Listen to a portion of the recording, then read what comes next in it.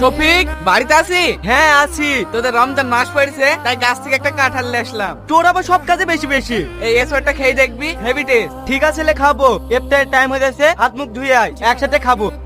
ও গো, লাচ্চাটা রান্না হয়ে গেছে, নির্মলকে খেতে দাও তো। সত্যি কথা বলতে আমার খুব খারাপ লাগছে, তুই রোজার মানুষ, তোর সামনে খাবো কি করি? আরে আমি অর্ডার দিছি, তুই খা তো। কিরে শফিক, তুই হিন্দু হয়ে গেলি না নির্মল মুসলিম হয়ে গেল? এ কোটে কেন বলছেন মোড়ল সে? বলবো না তোদের যা চলন বলো, তুই যাচ্ছিস হিন্দু বাড়িতে খেতে, নির্মল আছে তোদের বাড়িতে খেতে, তোদের ব্যাপারটা কি বলতো?